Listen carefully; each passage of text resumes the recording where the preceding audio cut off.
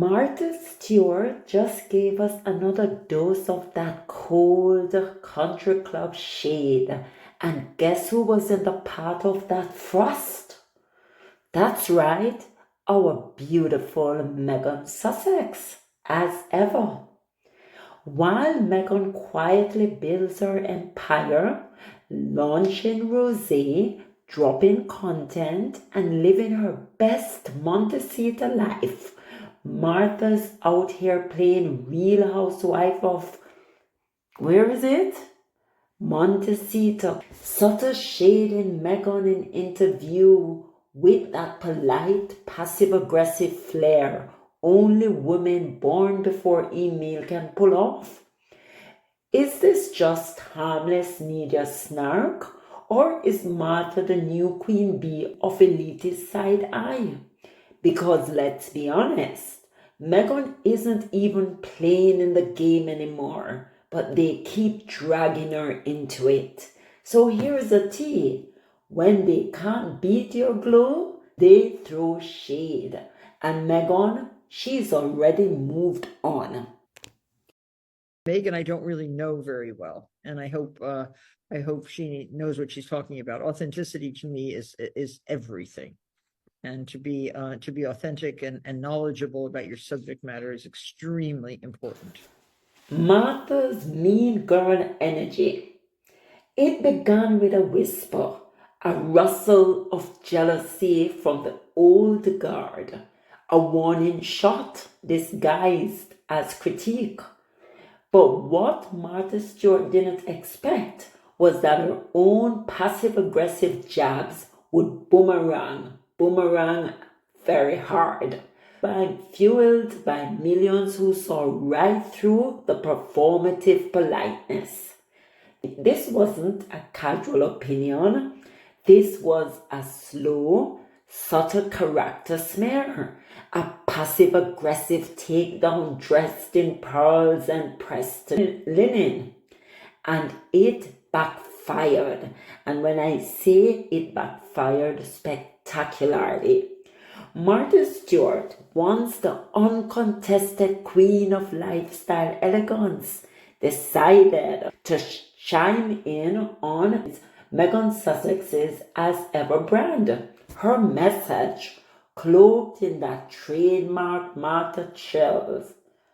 I hope she knows what she's talking about. She's talking about Meghan. I'm the original. That's what it translates. You're just playing dress up. Subtle, passive aggressive, but she wanted to send a clear message, pretending as if she's nice, when in fact we know she's mean, she's nasty, she's not a nice woman. But what Martha failed to realize is this: Meghan Sussex wasn't copying her. She was building something entirely new, out of vision, out of experience, and yes, out of authenticity. They love to use that stupid word, authenticity, as if because Meghan is doing it is not authentic. Give me a mother effing break. Give me a break. You guys need to cut the crap out. Who gave you the authority on being authentic? Who? Right? Meghan had the tick. Whatever Meghan is doing right now is basically what she was doing with the tick. What was not authentic about that?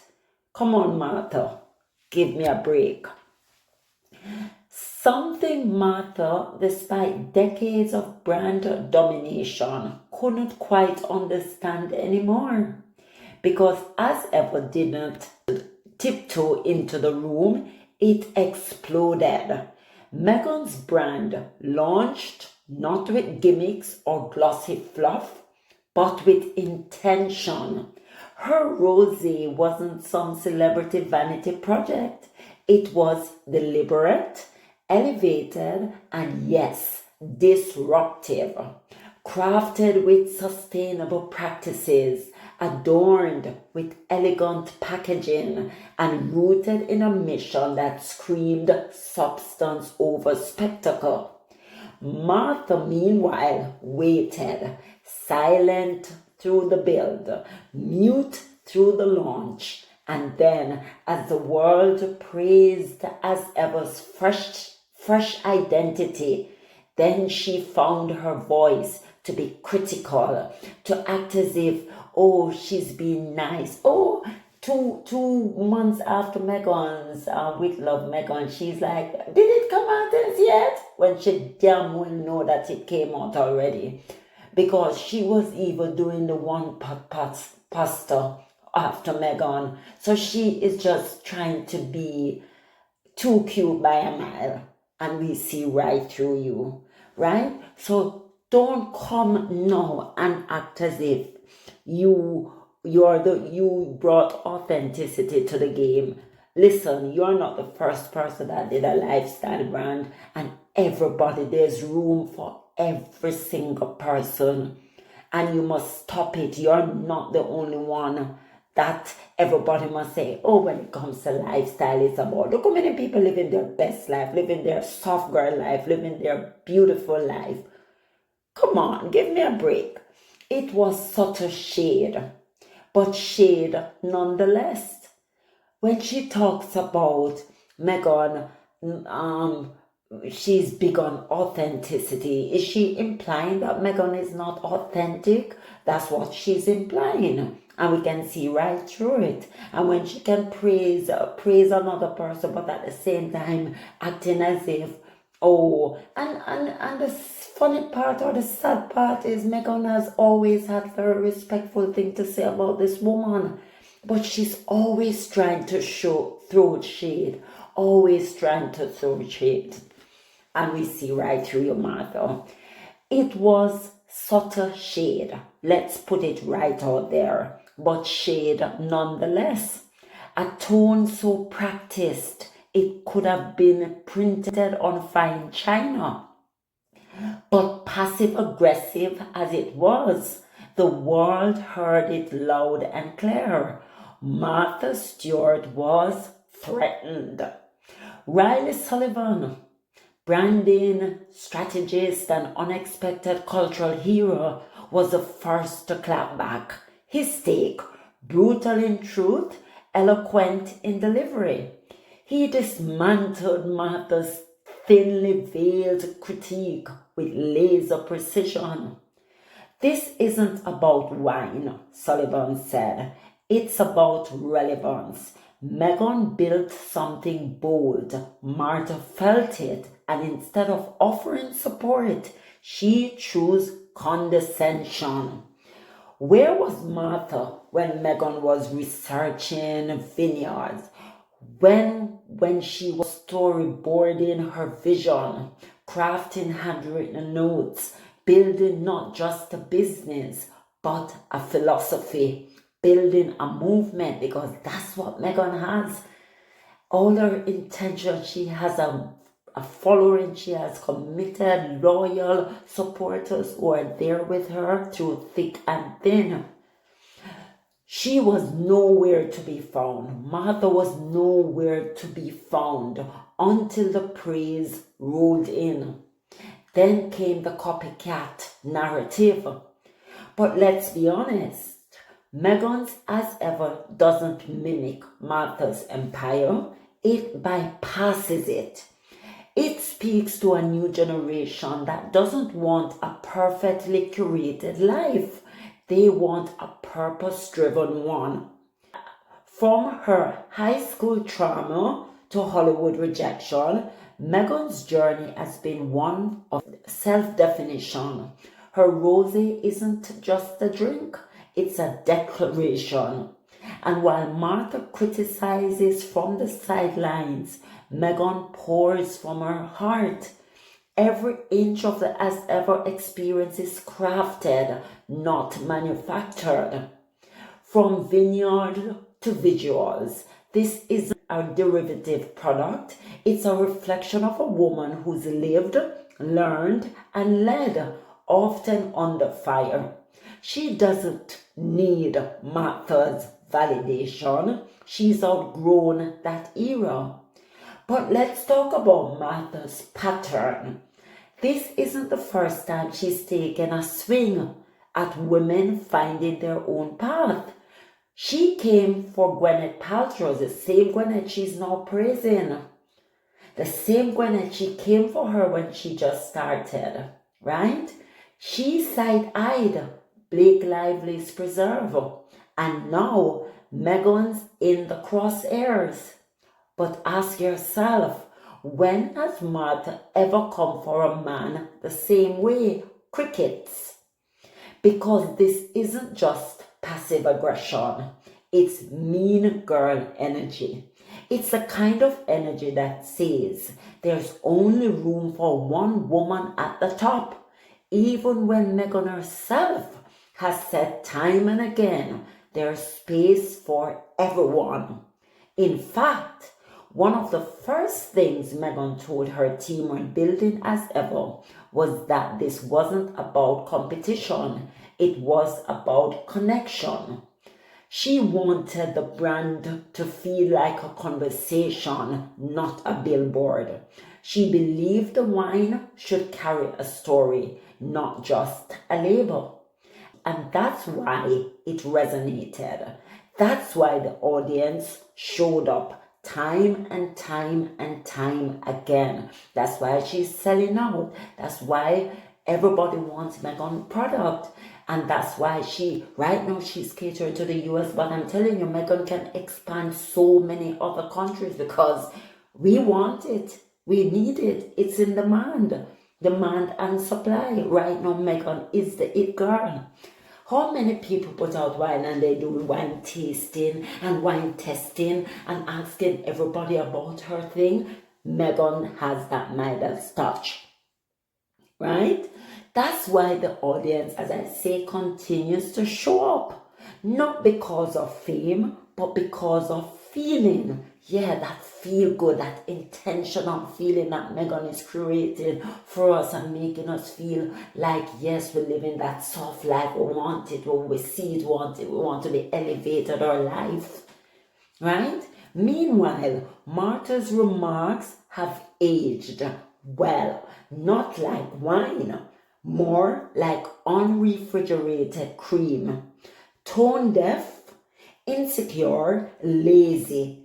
That's how they have been described online. When Martha failed, somebody was saying, why couldn't she just congratulate Meghan?